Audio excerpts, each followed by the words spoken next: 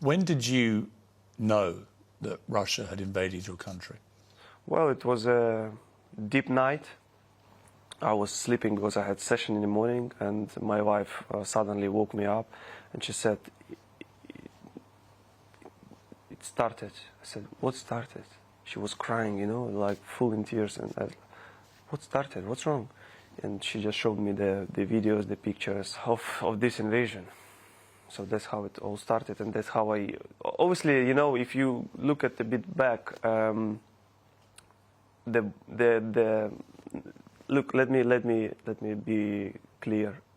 Some of the people still think, or they still talk that this is a conflict between two countries, but this is not conflict. This is a proper war, right? And this war started in 2014, when I was like 17 or something, right? And I couldn't even understand what's going on. And they took Crimea and Donbass without any resistance. And you were playing at Shakhtar Donetsk at the time, and you couldn't play, right? Well, all Shakhtar moved to the other city, but I had another story, football story, which we can speak later a bit, but I'm talking about just the general invasion. And they took Crimea and Donbass without any resistance in 2014, and no one could understand what's obviously happened. And then obviously in 2022, since the main invasion across the whole Ukraine, it's scary, to be honest. It's scary. I still cannot understand for what, to achieve what. I mean, it was terrifying to watch it, and I'm not Ukrainian. I can't even imagine what it must have been like for you and your family to watch your country being illegally invaded, and in such a brutal, barbaric manner, where very quickly Russian forces were committing atrocities, war crimes. You know, I went to Bucha when I went to Ukraine and heard some of the stories there of the appalling massacre there. To actually be Ukrainian and watch these scenes must have been an appalling thing. Imagine the place where you was born and raised. You know every single stone there. You know everything around yourself. You know the people around yourself. You have some friends, I don't know, job. And then one day, someone from the other countries with the guns coming there, destroying everything around, raping your, I don't know, your woman, kids, killing men, and then leaving, stealing everything around, everything what you achieved, what you, I don't know, what you bought before, for no reason. You reckon in 2022 this is possible? I don't know, but it is. And, you know, using this kind of opportunities even to talk to you, I would like to send another message to the rest of the world. I know some people got fatigue. I know this.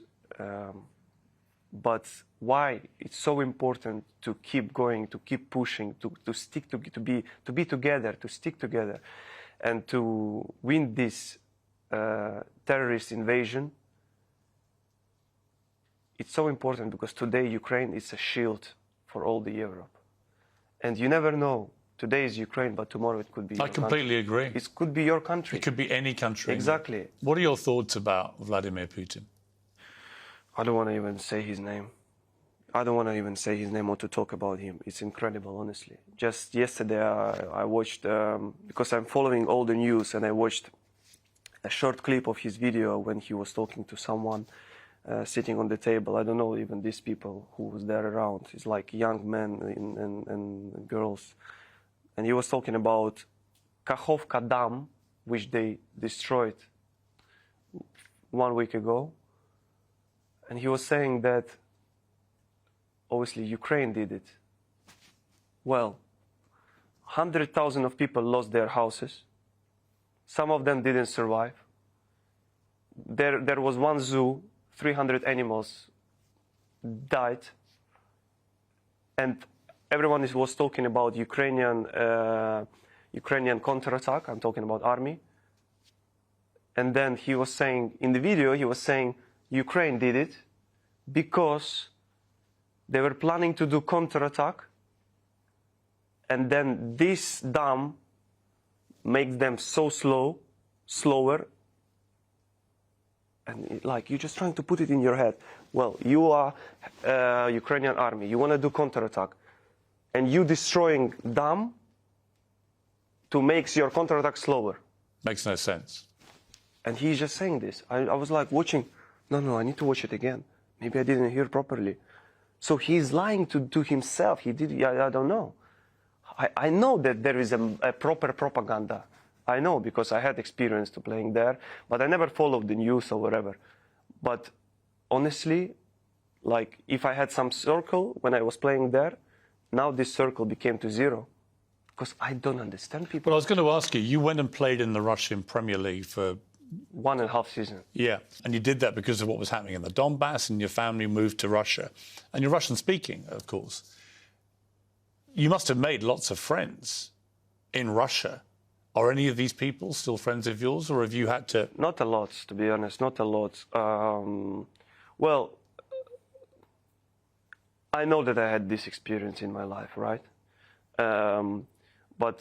And some of the people from Ukraine, they don't like it, obviously. And to be honest, at the moment, me too, right? But I'm a human being, and I understand one thing, that I would like to say again, thanks to FC Ufa for everything what they have done. The Russian team that you played. Where I played, yeah. But that's it. We've seen some Ukrainian athletes, sports people, now refusing to shake hands with either Russian or Belarusian athletes. How do you feel about that? If you had to come up against a team that had a Russian player, would you shake their hand? No chance. No chance. Because I would never accept their reaction. Honestly, I have to be honest. Do you think it's cowardly, the lack of reaction? I totally agree with this reaction. It's not even, it's impossible. It's not, there's no point to even explain it. The things, look, you can say, well, but they didn't do anything against us or something. Yes, they did. They did.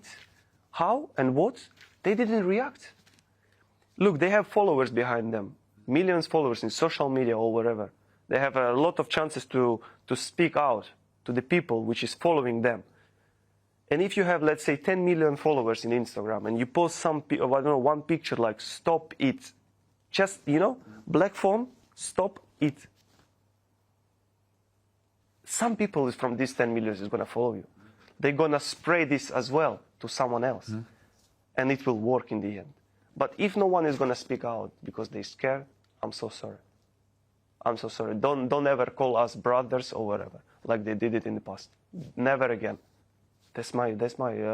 Wimbledon tennis, for example, has just said they will allow Russian and Belarusian players to play this year, having banned them before. Do you agree with that decision? No chance. You think they should just no be barred? Chance. I don't agree. I don't agree. On that, I have one of the Ukrainians which don't like to see them on the highest level in any sport. So they should just be... Exactly. And do you think both countries, Russia and Belarus? For sure, 100%. They shouldn't be allowed to compete? Shouldn't be allowed. Why? Because how many bombs and rockets been sending from Belarus? How many? Listen, I'm not political. I didn't understand anything about it. I don't understand, and I would never understand it, because this is not my area.